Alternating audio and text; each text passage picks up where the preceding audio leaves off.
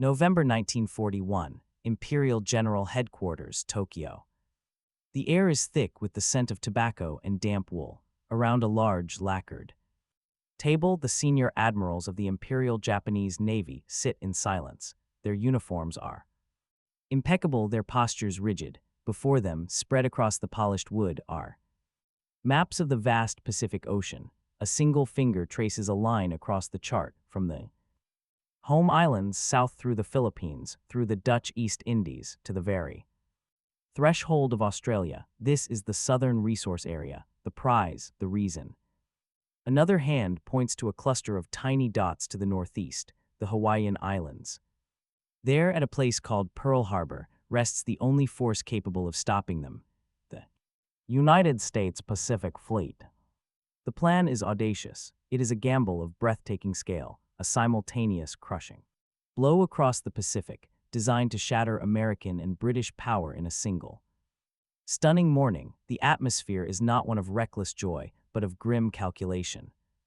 These men are not fools. They have studied their enemy. They know America's industrial might dwarfs their own, but they believe in a sacred, unshakable doctrine: the war must be short, it must be decisive. Victory will be secured in the first 6 months. After that, a fortified perimeter, an unbreakable shield of island bases and naval power, will make the cost of an American counteroffensive too bloody to bear. They believe a war-weary United States will sue for peace, leaving them their new empire. The final orders are signed. The fleets, shrouded in radio silence, are already at sea, steering into the vast empty darkness of the North Pacific. Their destiny, and that of millions, now hinges on a plan built on a single, fragile assumption that the Americans would lack the will and the means to fight a long war. The stage was set for a conflict of illusions, soon to be shattered by the thunderous arrival of 1,000 ships. To understand the audacity of Japan's plan, one must first feel the walls closing in. The Japan of the 1930s was a nation suffocating, a burgeoning population on resource-poor islands, an industrial machine hungry for oil, rubber, and iron, materials it did not possess. Its expansion into Manchuria in 1931 and the full-scale invasion of China in 1937, the so-called China Incident, had transformed a regional power into an empire, but a perpetually hungry one. The war in China was a quagmire, consuming men and material at an insatiable rate, and the world was watching with increasing disapproval. In July 1941, in response to Japan's movement into French Indochina, the United States, Great Britain, and the Netherlands imposed a devastating economic embargo. The most critical cut was oil. 90% of Japan's oil came from the United States. Without it, its navy, the third largest in the world and the pride of the nation, would be dead in the water. Within 18 months, its army in China would be paralyzed, its industry would stall. The embargo was not an act of war, but to the Japanese militarists, it was an act of strangulation. They faced a stark choice: withdraw from China and Indochina, surrendering their imperial ambitions and potentially facing a political collapse at home, or seize the resources they needed by force. The target was the southern resource area, the oil-rich Dutch East Indies, the rubber plantations of British Malaya, the tin mines of Burma. This was the prize that would fuel the empire and break the siege, but this southern thrust was a strategic nightmare, too. Its left flank lay the American-owned Philippines, a dagger pointed at the sea lanes between Japan and its new resources, and to its right, across the vast ocean, sat the United States Pacific Fleet at Pearl Harbor, the one force that could intercept and destroy any invasion convoy. The Southern strategy was impossible without first neutralizing American power. This was the cage. Diplomacy had failed. The clock was ticking on their oil reserves. The only way out was through a door they themselves would have to kick down, and they had to do it before their fuel ran out. The plan that emerged was not one of conquest, but of negotiation from a position of unassailable strength. The Imperial Japanese Navy did not enter this war believing it could invade the United states its strategy was far more nuanced and in its own logic perfectly sound. It was built upon a decades-old foundational doctrine known as Kantai-Kessen, the Decisive. Battle, this was not merely a tactic, it was an article of faith, a spiritual and operational cornerstone for every Japanese naval officer.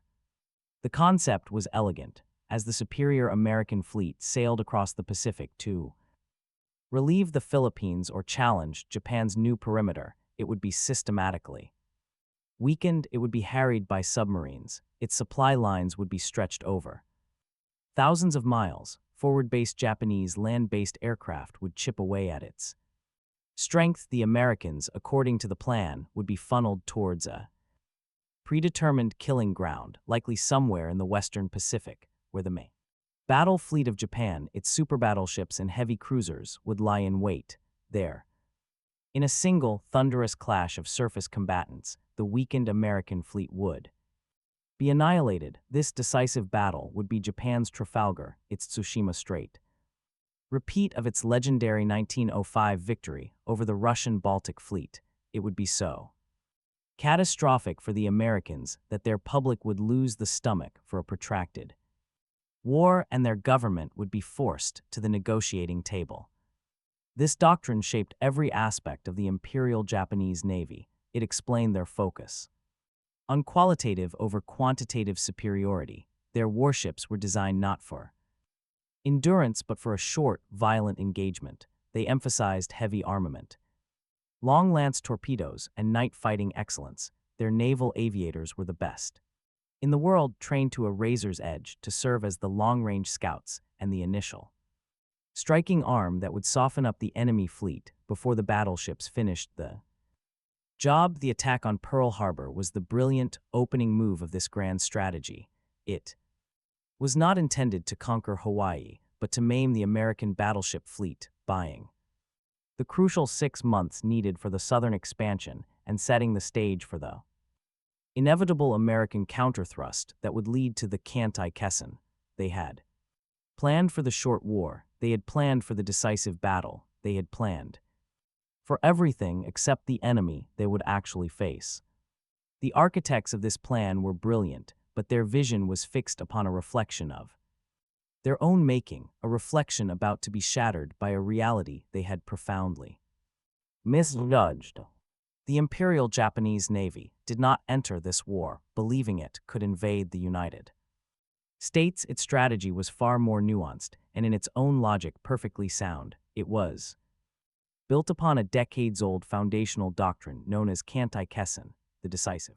Battle, this was not merely a tactic, it was an article of faith, a spiritual and operational cornerstone for every Japanese naval officer.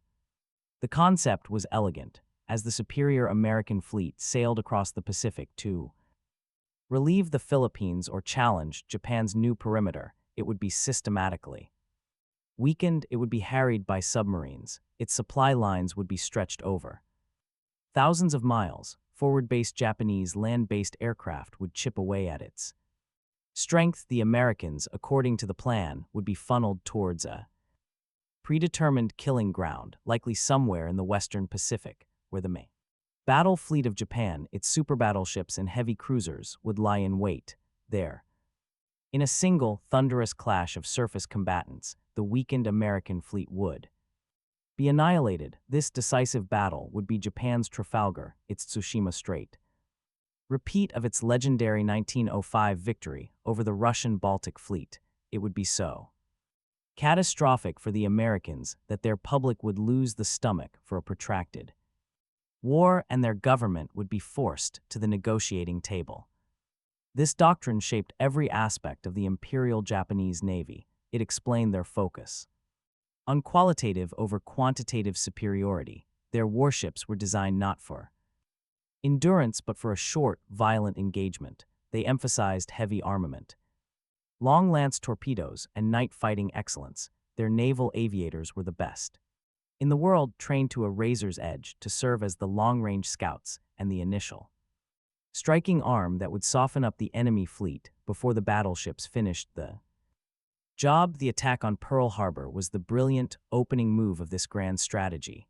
It was not intended to conquer Hawaii, but to maim the American battleship fleet, buying the crucial 6 months needed for the southern expansion and setting the stage for the inevitable American counterthrust that would lead to the Cantaikessen.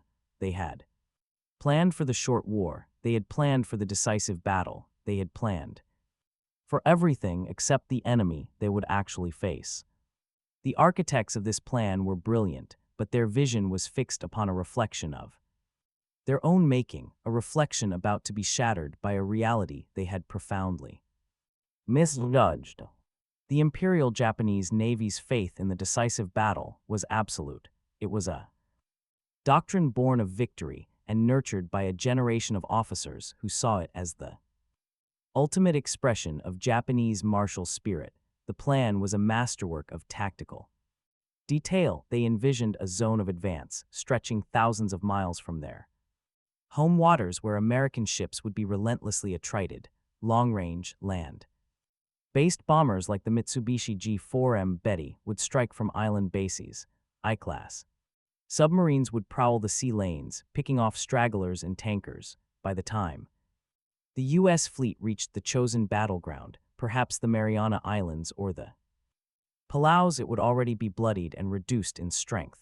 Then, the main Japanese battle line centered on the colossal Yamamoto-class battleships, the most powerfully armed warships ever built, would emerge to deliver the coup de grace. This was a plan that played perfectly to Japan's perceived strengths: superior optics for night combat, the unmatched range and power of the Type 93 Long Lance torpedo, and the aggressive, close-quarters fighting spirit of its crews. Yet this meticulous planning was a form of intellectual trap. They had prepared for the battle they wanted to fight, not the one the enemy would force upon them. The entire concept was static, a reactive plan that required the enemy to behave predictably. It assumed the Americans would charge headlong into their prepared kill zone, adhering to a script written in Tokyo.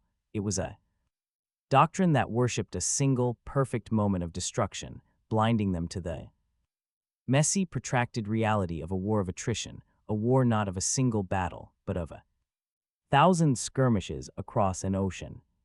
The economic rationale for a short war was, on paper, brutally logical. In 1941, the United States industrial output was more than 10 times that of Japan. The disparity in key resources was staggering. Japan produced less than 10% of the American steel output. Its shipbuilding capacity was a fraction. Its oil reserves were measured months. The admirals knew they could not win a long, grinding industrial war. Their entire strategy was therefore a grand-scale version of a gambit in chess, a stunning opening series of moves designed to so completely reshape the board that the opponent, despite having more pieces, would see no path to victory and concede.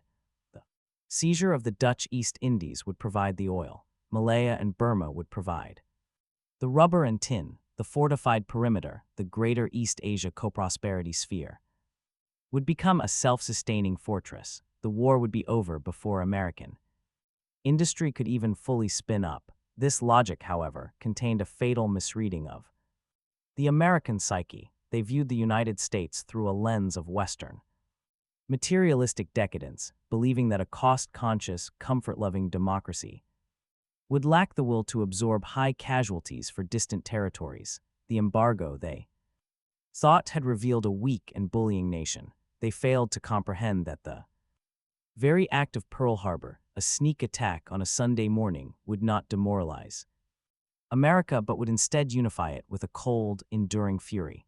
They had traded a temporary economic stranglehold for a bottomless well of national resolve.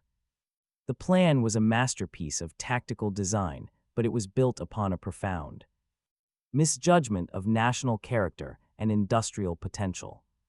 These two angles, the operational and the economic, formed the brain of the Japanese strategy, but its heart was driven by forces less logical and more dangerous.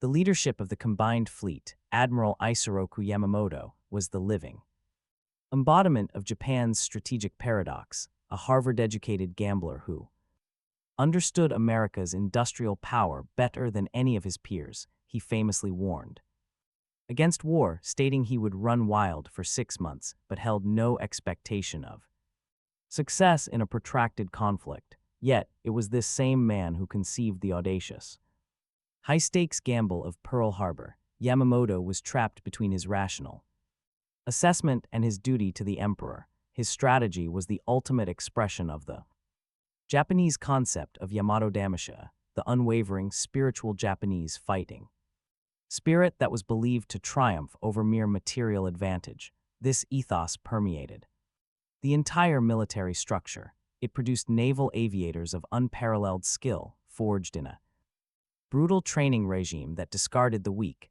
and honed the rest into a weapon of terrifying precision. It instilled in every sailor and soldier a willingness to die for the emperor, a belief that spirit could overcome steel. This cultural force was Japan's greatest intangible asset, but it was also its most dangerous liability. It fostered a contempt for the enemy's will to fight and a tendency to discount logistical and industrial realities as vulgar concerns. Victory would be won not by outproducing the enemy but by outfighting him in a single, sublime moment of supreme sacrifice and tactical brilliance. This mindset, while forging a formidable warrior, was ill-suited for the long, grinding industrial slog that was to come, a war not of samurai duels, but of production quotas and shipyard launches.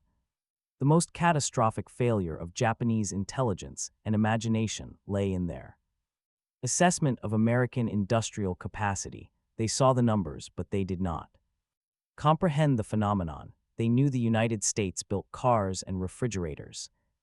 They did not understand that this same culture of mass production, standardization, and relentless innovation could be almost instantly converted into the most awesome war machine in human history. Their planners looked at the pre-war U.S. Navy and made their calculations. They failed to account for the miracle that was about to unfold. In 1942, as Japan was completing the ships it had laid down before the war, American shipyards were already executing a building program of a scale that defied belief. The Kaiser shipyards, employing revolutionary assembly line techniques, would soon launch a Liberty ship, a vital cargo vessel, in a matter of days. The Essex-class aircraft carriers, the backbone of the new fleet, began sliding down the ways with metronomic regularity. This was not merely building more of the same. It was a systemic, national effort that combined raw material abundance with managerial genius. Japan planned to sink the U.S. fleet. It had no plan for dealing with a fleet that would not stop growing, a fleet that would be replaced many times over. They had studied the American Navy they could see, but they were blind to the 1,000-ship armada that existed only on blueprints. And in the minds of American industrialists, an armada that was already beginning to take form in the smoke and steel of a waking giant. The Japanese admirals had prepared for a duel of warriors, a contest of will and blade. They were about to discover that the United States did not fight duels. It fought with the impersonal, overwhelming force of a geological event. This fatal disconnect between Japanese expectation and American reality would be revealed not in a single, planned, decisive battle, but in a series of violent convulsions that would shatter the short war fantasy. The first 6 months of the war unfolded almost exactly as Admiral Yamamoto had run wild. Pearl Harbor was a tactical triumph. The sinkings of the British battleship Prince of Wales and battlecruiser Repulse off Malaya days later announced the end of the battleship era. Hong Kong fell. Singapore, the bastion of British power in the East, surrendered in February 1942, a stunning blow. The Dutch East Indies were overrun by March. The Philippines were conquered by May. The Japanese perimeter was secured. The resources were now flowing. The short war seemed to be on track.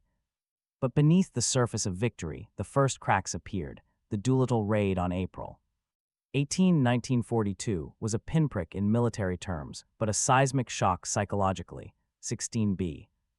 25 bombers launched from the deck of the USS Hornet bombed Tokyo and other cities. The inviolability of the home islands was broken. The raid injected a new, desperate urgency into Japanese strategy.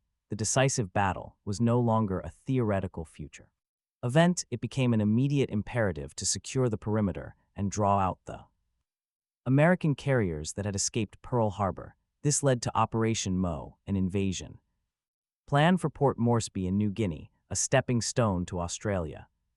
The resulting Battle of the Coral Sea in early May 1942 was unlike any battle in naval history. For the first time, the opposing fleets never saw each other. The entire engagement was fought by aircraft. The U.S. Navy turned back the invasion force. Strategic victory at the cost of the carrier USS Lexington. The Japanese lost the Leyte carrier Shoho and saw the fleet carriers Shikaku and Zuikaku mauled and deprived of air crews. More importantly than the material loss, the battle revealed that the Americans would not play their assigned role. They were not waiting passively to be lured into a trap. They were fighting back with agility and resolve, contesting every inch of the Pacific. The script for the Kantai-Kessen was already fraying. Stung by the Doolittle raid and emboldened by their string of victories, the Japanese High Command authorized Yamamoto's most ambitious gambit, the seizure of Midway Atoll. The plan was complex, a masterpiece of misdirection designed to lure the remnants of the U.S. Pacific Fleet into annihilation. It was to be the Kantai-Kessen made real, but American codebreakers had pierced the Japanese naval cipher. The U.S.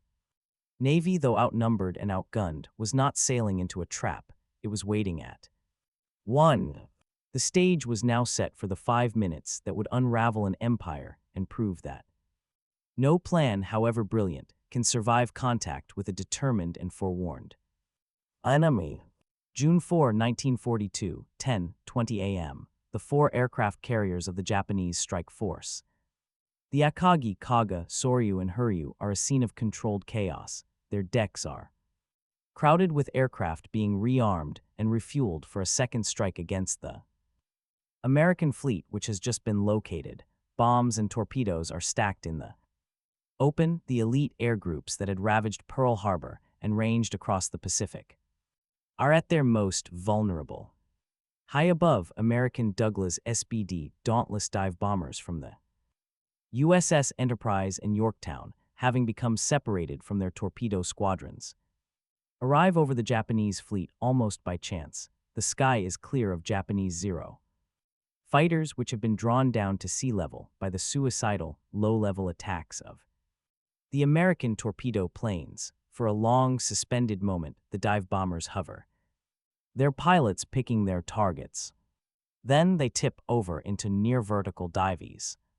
The first bombs strike the Kaga, then the Akagi, a direct hit on the Soryu. In the span of 5 explosive minutes, 3 of the 4 pillars of the Japanese carrier force are transformed into infernos. Aviation fuel lines, snaking across the hangar decks, ignite.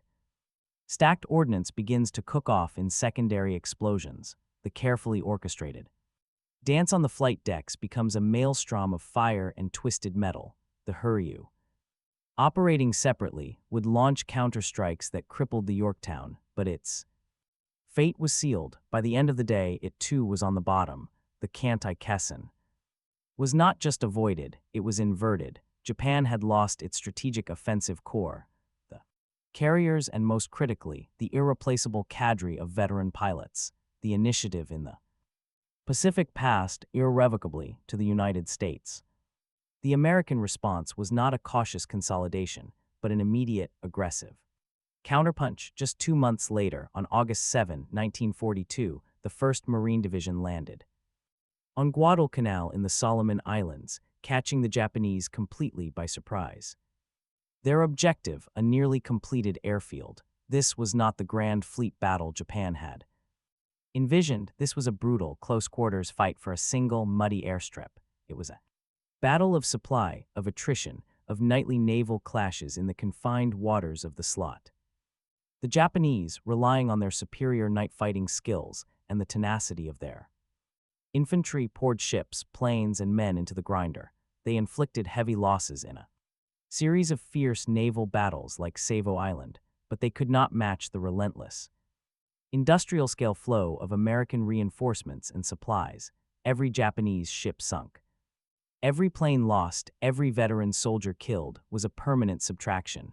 For the Americans, losses were tragic but replaceable. The airfield, renamed Henderson Field, became a symbol. It was the first piece of territory taken back. It was the anvil upon which Japanese air power was shattered. The battle for Guadalcanal was not a single decisive event, but a 6-month bleeding wound that drained the combined fleet and the Imperial Army of their finest. It was the exact kind of protracted, draining struggle their entire strategy was designed to avoid. The short war was over. The war of 1,000 ships had begun. The collapse of the short war strategy was not a single battle, but a cascade of failures, the consequences of which would unfold with a terrible, grinding inevitability. The aftermath of Midway and Guadalcanal was not an immediate, visible collapse of the Japanese Empire. Instead, it was a slow, inexorable shift in the fundamental mathematics of the war. The United States, having seized the initiative, began a two-pronged advance across the Pacific that acted like a pair of industrial shears, slowly cutting the empire apart. In the South and Central Pacific, Admiral Nimitz's island-hopping campaign began its methodical, bloody work. Each captured atoll, Tarawa, Kwajalein, Eniwetok, became a forward air and naval base, pushing the range of American power ever closer to Japan. These were not battles for territory in the traditional sense. They were battles for real estate on which to build runways and anchorages. Simultaneously, the American submarine force, unleashed with new, effective torpedoes, began a campaign of economic strangulation that was far more total than the pre-war embargo Japan had sought to escape. The Japanese merchant marine, the lifeline, connecting the resource-rich southern territories to the factories and population of the home islands, was systematically slaughtered. Submarines prowled the sea lanes, sinking tankers, ore carriers, and freighters with merciless efficiency. By 1944, the flow of oil from the East Indies had slowed to a trickle. The fleet, the pride of Japan, was becoming a harbor-bound force, immobilized by fuel shortages. Aircraft production continued, but new pilots, rushed through abbreviated training, were sent into the skies against the battle-hardened veterans of the U.S. Navy's Great Marianas Turkey Shoot.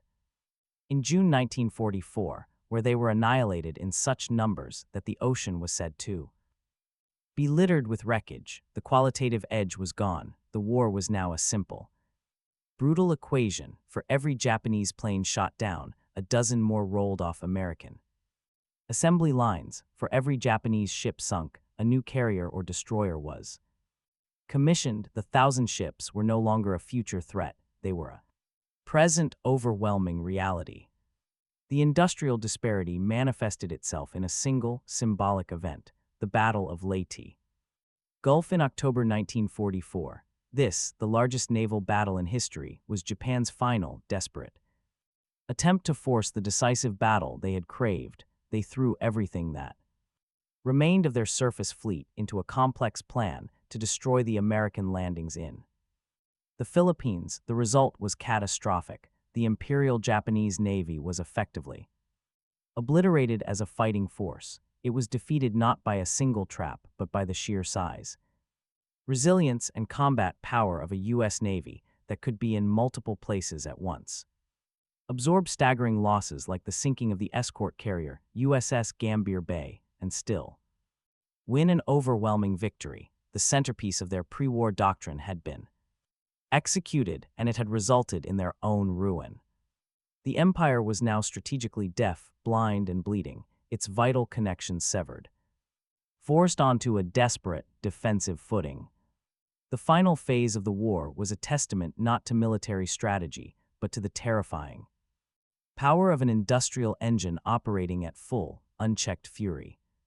With the Imperial Japanese Navy broken at Leyte Gulf, the final year of the war became a one-sided deluge. The American industrial machine, now at its peak, produced a spectacle of naval power that dwarfed anything in human history. The 1,000 ships was no longer a metaphor, it was an understatement. By 1945, the U.S. Navy deployed Over 6,000 vessels into the Pacific, the Fast Carrier Task Force, a floating air armada of Essex-class carriers, light carriers, and escort carriers, surrounded by a screen of battleships, cruisers, and destroyers, could project air power against the Japanese homeland with impunity. They were untouchable, a self-contained fleet that generated its own weather of destruction. The island assaults grew larger, more complex, and more terrifying. Iwo Jima, fought in February 1945, was a meat grinder for the 21,000 Japanese defenders, who were buried under the largest naval bombardment of the war to that date. It was captured for its airfields, saving damaged B-29 bombers returning from raids on Japan. Okinawa, the final stepping stone, saw the last gasp of the Imperial Navy, the sortie of the super battleship Yamamoto on a one-way suicide mission. It was sunk by swarms of carrier aircraft long before it could reach the invasion fleet. The kamikaze campaign, born of desperation at Leyte, reached its horrific zenith off Okinawa, sinking dozens of U.S. ships and damaging hundreds more. It was the ultimate expression of the Japanese belief, spirit over materiel, yet even this supreme sacrifice could not stem the tide. The American fleet, though bloodied, remained, the industrial pipeline of new ships, replacement aircraft, and fresh crews was endless. The strategic bombing campaign, launched from the captured Marianas, laid waste to Japan's cities. The firebombing of Tokyo on the night of March 9-10, 1945, killed an estimated 100,000 people and left 1 million homeless, a single-night death toll that exceeded the immediate toll of the atomic bombs. Japan was being systematically dismantled from the air and strangled from the sea. Its navy was gone, its merchant fleet was at the bottom of the ocean, its cities were ashes, its people were starving. The final symbolic act was the signing of the Japanese surrender on September 2, 1945, aboard the USS Missouri in Tokyo Bay. The deck of the massive American battleship was surrounded by a vast armada of warships that stretched to the horizon, the physical manifestation of the 1,000-ship fleet the admirals in Tokyo had never believed would come. The short war they had planned for had lasted 1,351 days and ended in the total and unconditional destruction of their empire. The silence that followed the guns was not just the end of a conflict, but the closing of a tragic chapter in strategic thought. This profound defeat forces a final, sobering look back to understand what the violent collision between a short war plan and a long war reality truly meant. The story of Japan's plan for a short war is more than a tale of military miscalculation. It is a timeless lesson in the limits of strategy when it confronts the irreducible complexities of human will and industrial might. The Japanese admirals were not fools. They were, in many ways, brilliant tacticians who crafted a plan of elegant, lethal precision, but their vision was myopic. They saw warfare as a duel, a clash of wills decided by a single, masterful stroke. They failed to see that modern, industrial war between great powers is not a duel, but a contest of entire societies, of their factories, their scientists, their farmers, and the enduring resolve of their people. The 1,000 ships that sailed into the Western Pacific were not merely weapons. They were the physical manifestation of an idea, the power of a free, industrial democracy, once provoked to marshal its resources with a focus and fury that can overwhelm even the most dedicated warrior ethos. The American response was not guided by a single master strategist, but by a vast, decentralized system of innovation, production, and individual courage. It was messy, inefficient, and at times brutally costly, but it was also relentless, adaptive, and ultimately inexhaustible. In the end, the Pacific War stands as a grim monument to a fundamental truth. No amount of spiritual fervor or tactical genius can long withstand the overwhelming impersonal force of sustained industrial and logistical power. The ashes of the Japanese empire and the silent hulls of its warships on the ocean floor serve as a permanent reminder that those who plan for a short war, who believe a quick victory can break in. Enemies will often succeed only in unlocking a longer, more terrible conflict whose end they cannot control. The architects of the short war had sought a negotiated peace. They were granted only unconditional surrender and the haunting sight of 1,000 ships where they had believed the sea was empty.